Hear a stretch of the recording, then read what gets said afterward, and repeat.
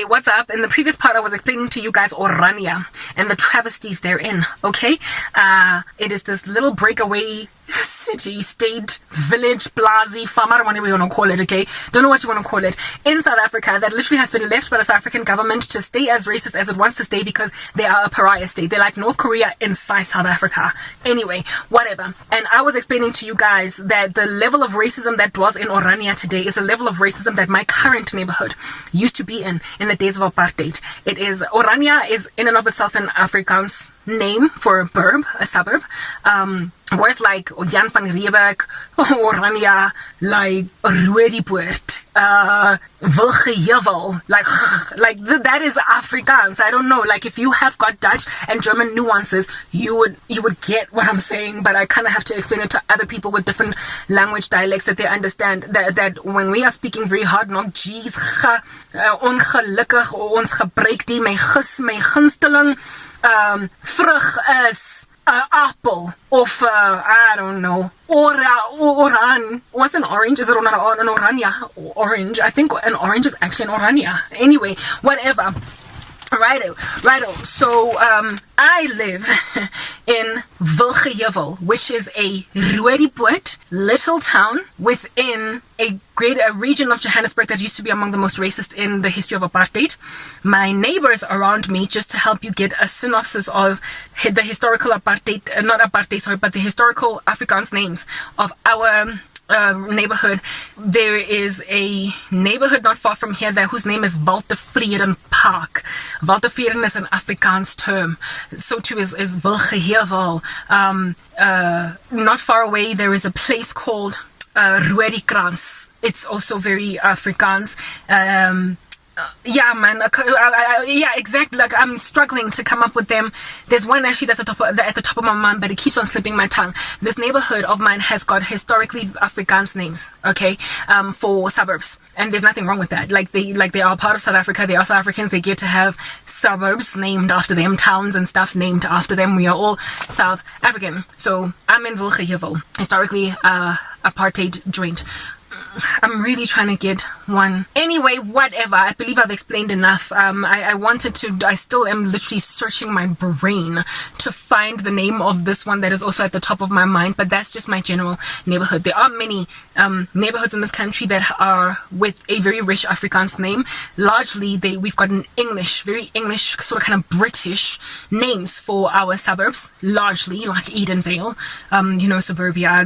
Largely, it's mostly English, but we do have quite a lot of Afrikaans named places. And after Apartheid was repealed, they made sure that many other streets are renamed into what is this, black names. They have given streets in suburbia like Vilakazi Street, Nelson Mandela Street. OR Tambo Airport used to be called Jan Smuts Airport. Once upon a time, OR Tambo is a dude that fought for the struggle, so they renamed it after him. Jan Smuts was, of course, one of the colonizers, and they changed it over to OR Tambo type establishment thing. So all the black names that of suburbs in this country that were historically white are new. They came after Apartheid was repealed to basically just balance stuff out, okay, and favor everybody equally. Cool beans and bananas. So I wanted you to get all that context all up in your beautiful grill that you might gauge successfully, you guys, how much we have fallen from glory. So that this city, this town that I am in, this township town, let's not call it a township because it's not townshipy, it's suburbia. It's been it hasn't been gentrified, it's always been genteel. Alright, that is Roodepoort that I am in right now. It is a historically, violently racist hood. But not today. It's totally palatable to the black taste bud. Everybody here is friendly. Like, I have not had a racist episode in my hood. White folk are cool, black people are cool, Indian people are cool, we're good. So we've conquered the strong man of racism in a historically strong-manned racist portion.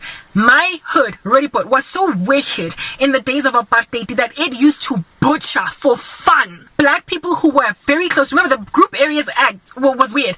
It segregated white neighborhoods and black black neighborhoods and Indian neighborhoods and colored neighborhoods in such close proximity to each other. We were not separated by entire highways or islands, like a gulf between us, between the rich man and Lazarus. No, we were separated by just mere highways. And to this day, that is still an obscurity. Like if you go to Alex and you look at their abject poverty in comparison to Sandton, that is separated by a highway, it is the fruits of apartheid, group areas that builds beautiful skyscrapers and puts people that are building them in little informal settlements not far away, and in those little informal settlements end up building an entire little township. So Alex literally grows up from the ground as a result of white supremacy needing black workforce to build the city, and in building the city had to be in close proximity because it would just take too long for them to travel all the way to Soweto or Sophia Town or wherever they stayed. So they stayed in close proximity, and today there's all these shacks just outside this like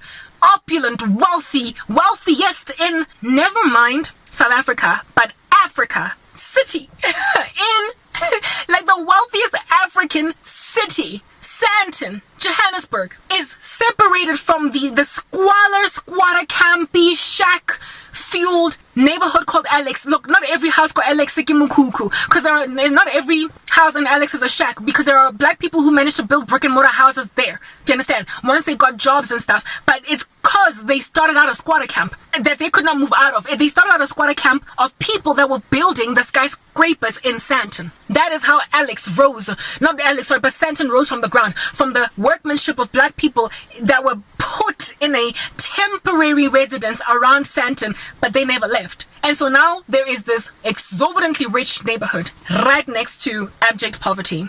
And there are some people in Alex who are doing well, I get it. But the history is what it is that I am communicating to you right now. So they did not separate black neighborhoods and white neighborhoods by a vast amount of land that it might be kosher for you to gaze upon. The inequality, like, it is so stark. Even today, South Africa is the most unequal society in the world because of the ramifications of apartheid. So this neighborhood, Roodepoort, which was one of the most historically racist areas, because they were the most historically violent and abusive and murderous white supremacist band in Johannesburg, perhaps even the country. Do you understand what I'm saying? It was really bad in Roodepoort. Bad, guys. Just bad. Do you understand?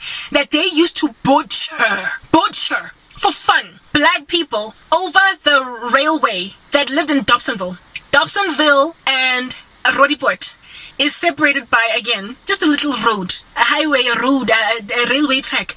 They are separated, and the squalor in Dobsonville to this day is still a whole thing. When you enter into Dobsonville through the Roodepoort Main Reef Road, oh guys, you literally go from peace and tranquility to this like clamored, cramped up, tiny little skinny road, bustling, insufferable to tolerate if you are used to living in a quiet environment. Hood. It is cramped because their roads are literally the size of my pinky, and there are so many taxis, like public transportation there, driving up and down, choking it up a storm. Taxi drivers are the worst on the road, that as a driver you have to literally psych yourself up and prepare yourself emotionally to drive into Dobsonville if you want to go into Soweto that way from Roodepoort. If you don't want to use the N1 or the M1 to Soweto going via Diepkloof and you insist on going via Main Reef Road, you have to do a little bit of a prayer to Christ, meditating on his word to give you tranquility and peace so you can be gentle, because you're literally going to be stuck in traffic no matter what hour of the day or night it is. On top of that, there are no street lights. It's completely dark. So you drive there at your own peril, and there is a railway track that you can't see at night, so you could get rammed into by a train. It's so bad. And that little road that separates what would be historically very wealthy Roodepoort greater area and white region Roodepoort area, that road that separates, there used to be white people that would literally hang out at that border to kill, like butcher, black people that dared try and jump over, and sometimes even if they were jumping over with a dumpas, allowably so, they would kill them anyway. They were the Afrikaans conglomerate of racist folk in South Africa were very homicidal. They did not want a workable solution for black people. They wanted them exterminated. It was about killing black people off not even making them their slaves. That was a level of hatred. And my neighborhood had those kinds of racists. They didn't want to take slaves. They didn't want to take prisoners. They just wanted them exterminated. Die A4 supporters. They were in my neighborhood. Next part.